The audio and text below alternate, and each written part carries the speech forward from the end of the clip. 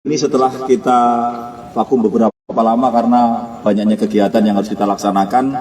Namun demikian, dengan tidak adanya rilis bukan berarti kita tidak bekerja. Saat pagi hari ini kita akan rilis cukup banyak tersangka seperti yang rekan-rekan bisa saksikan di belakang saya. Namun demikian, pada kesempatan ini akan kita sampaikan dua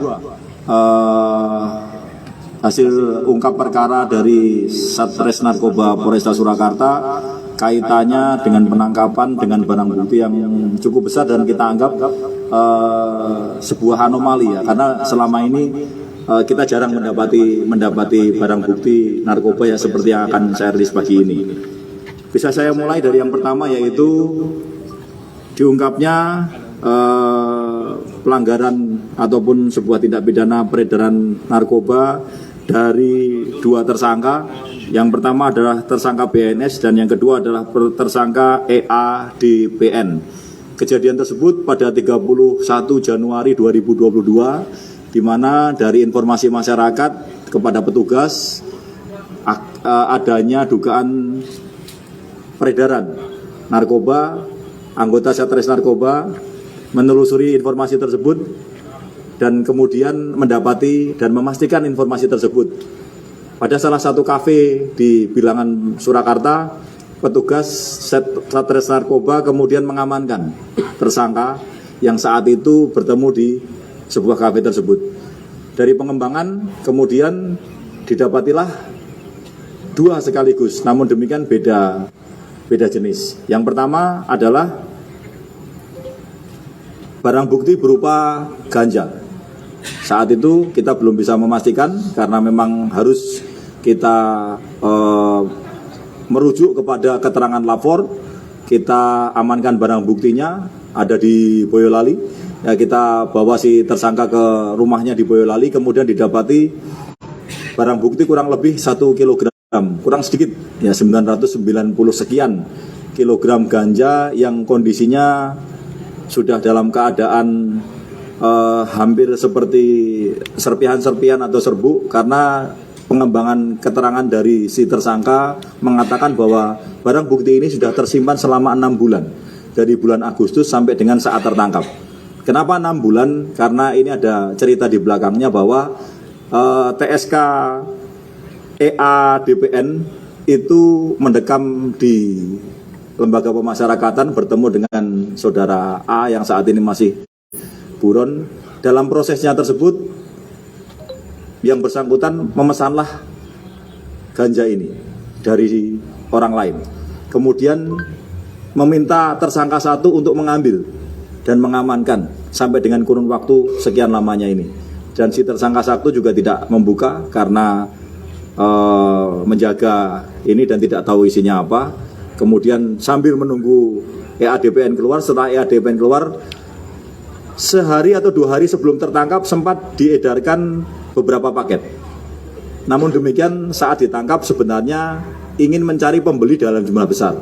Maksudnya tidak dalam paket-paket kecil tapi dalam jumlah besar. Namun demikian sudah ditangkap petugas. Dan pada momentum yang sama, petugas juga hasil pengembangan mengamankan satu tersangka juga, di mana satu tersangka tersebut merujuk kepada jenis yang lain. Walaupun sama-sama hampir seperti tembakau, tapi ini yang sering acap kali kita dengar dengan sebutan tembakau gorila. Ada kurang lebih 30 paket di tersangka AR, di mana tersangka tersebut sama diamankan di lokasi yang sama, di salah satu kafe Bilangan Surakarta. Itu dua hal besar yang saat ini kita berhasil ungkap. Adapun dari 17 LP dengan 22 tersangka, tadi sudah saya sebutkan 3 tersangka, 19 tersangka lainnya dengan barang bukti beragam yang mereka pengguna ya, artinya mereka pengguna dengan barang bukti di bawah 1 gram semua, 0,0,0 sekian gram. Nanti akan kita sampaikan di depan rekan-rekan. Ini semuanya sudah kita tampilkan barang bukti mereka yang dalam kurun waktu Januari kita tangkap di jajaran wilayah hukum Surakarta. Di samping samping kiri saya adalah Bapak Kasubdit Narkoba Lapor Jawa Tengah. Beliau akan menyampaikan mengenai teknis ganja tersebut bagaimana dalam kondisi seperti ini sudah tersimpan 6 bulan dan istilahnya implikasinya serta proses penyidikan kelanjutannya, kenapa saya harus melibatkan lapor, nanti akan disampaikan beliau secara teknis. Mungkin sebelum ke belakang nanti beliau akan menyampaikan dulu. Silakan Pak. Assalamualaikum warahmatullahi wabarakatuh. Mohon izin Pak Kapolresta. Jadi benar tadi ada 2 barang bukti yang menonjol. Yang pertama adalah ganja, yang kedua adalah gorila. Yang ganja dulu. Jadi ganja ini adalah nama ilmiahnya adalah cannabis sativa. Jadi dalam cannabis sativa itu ada 12 metabolit. Jadi mulai dari THC, tetrahidrokannabinol, kannabinol, ke CBD, CBN dan seterusnya. Dan benar barang bukti ini telah kami periksa dan benar itu adalah mengandung 12 metabolit tersebut. Jadi dengan penuh keyakinan barang bukti ini adalah cannabis sativa. Jadi ini adalah ganja, dan ganja itu walaupun dalam bentuk seresah atau patahan-patahan, dia tetap akan mengandung 12 metabolit sekunder itu. Karena metabolit sekunder itu sebetulnya ada di dalam namanya glandular trichum yang ada di semua permukaan tanaman mulai dari akar, batang, daun, kecuali biji.